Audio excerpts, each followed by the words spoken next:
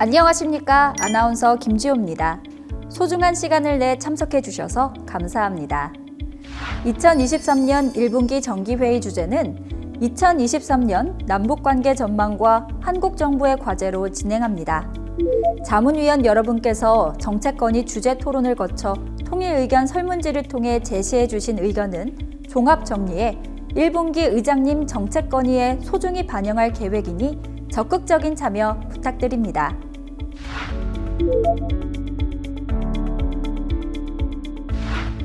윤석열 대통령은 지난 1월 1일 우리 군의 대비태세 점검에 나서면서 북한은 앞으로도 핵 미사일 위협을 고도화하면서 다양한 도발을 지속할 것이다.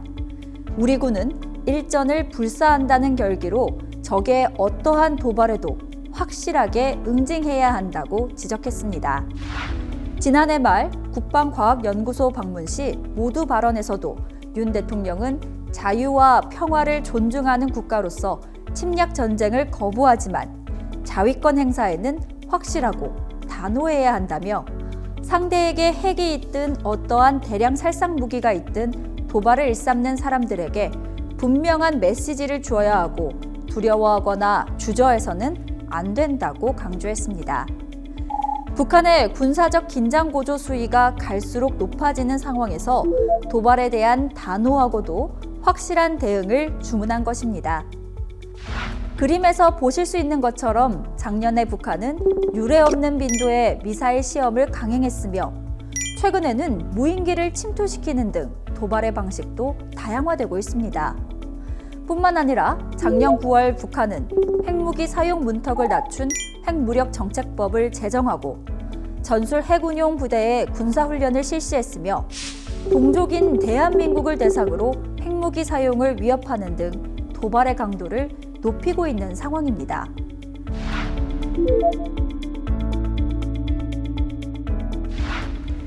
(2023년 1월 1일) 발표한 8기 6차 전원회의 보도에서 북한은 한국이 자신들을 주적으로 지칭하고 전쟁 준비까지 공공연하게 이야기하고 있다며 한국을 의심할 바 없는 명백한 적으로 규정했습니다.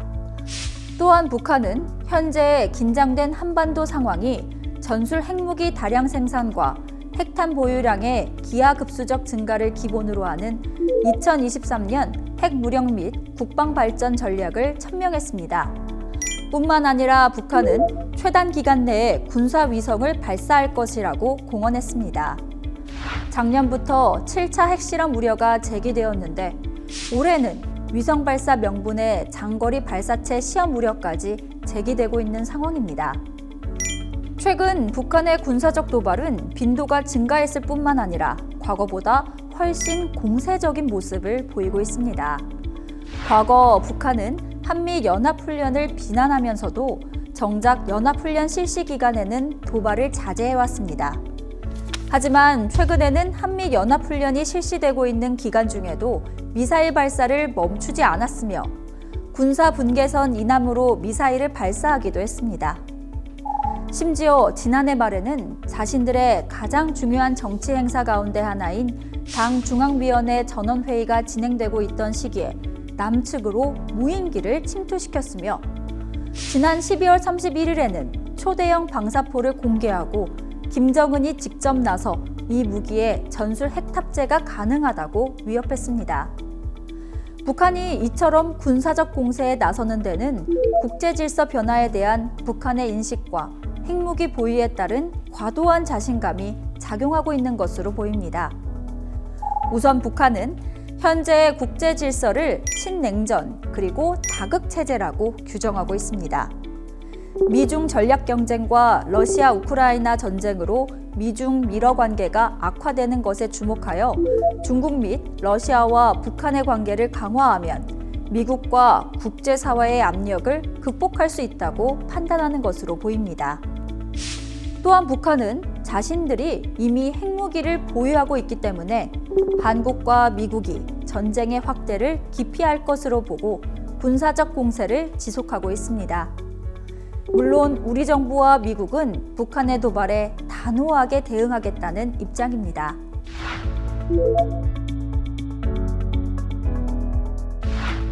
이처럼 한반도 정세가 더욱 엄중해지고 있는 상황에서 우리 정부는 확고하고 단호한 대응과 함께 한반도 문제의 근본적 해결을 위한 담대한 구상을 변함없이 추진해 나갈 것입니다.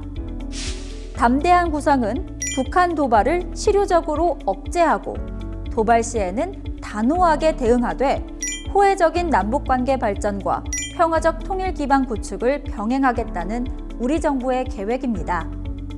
비핵, 평화, 번영의 한반도를 만들기 위한 담대한 구상의 중점 추진 과제는 5가지입니다.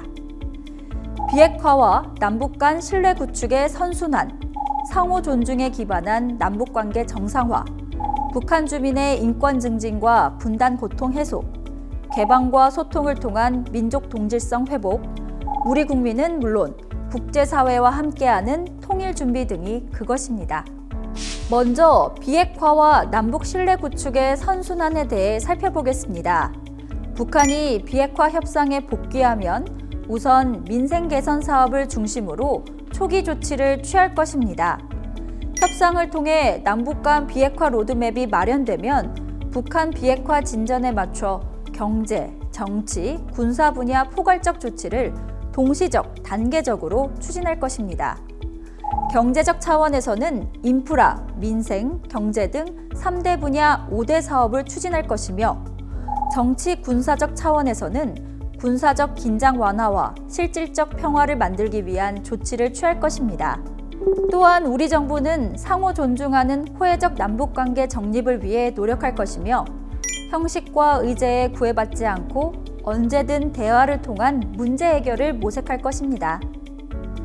남북관계에서 실용성과 유연성을 유지하되 북한의 잘못된 행위에 대해서는 분명히 지적하고 잘못이 재발되지 않도록 노력할 것입니다. 대북 접촉과 회담은 원칙에 따라 책임 있게 추진하고 대북 정책의 투명성을 제고할 것입니다. 또한 북한 주민의 인도적 상황 개선은 물론 북한 인권의 실질적 증진을 위해 노력할 것입니다. 나아가 이산가족 문제 등 분단이 낳은 인도적 문제를 적극 해결해 나갈 것입니다. 북한 이탈 주민 문제에도 더욱 관심을 가지고 사회 적응 안정망을 강화해 나갈 것입니다. 비핵화 이전이라도 가능한 남북 간 교류와 협력을 추진해 나갈 것입니다. 방송, 언론, 통신 분야 상호 개방, 남북 그린 대탕트를 통한 한반도 기후 환경 공동체 구축 등도 북한의 호응만 있다면 언제든 추진할 계획입니다. 또한 우리 정부는 통일 문제에도 더욱 관심을 기울여 우리 국민들의 통일 공감대 형성은 물론 한반도 평화 통일에 대한 국제사회의 지지 기반도 확충해 나갈 것입니다. 이상에서 살펴본 바와 같이 2023년 우리 정부는 북한의 도발에 따른 위기 관리에 만전을 기하는 한편 대화를 통한 문제 해결 노력도 병행해 나갈 것입니다. 경청해 주셔서 감사합니다.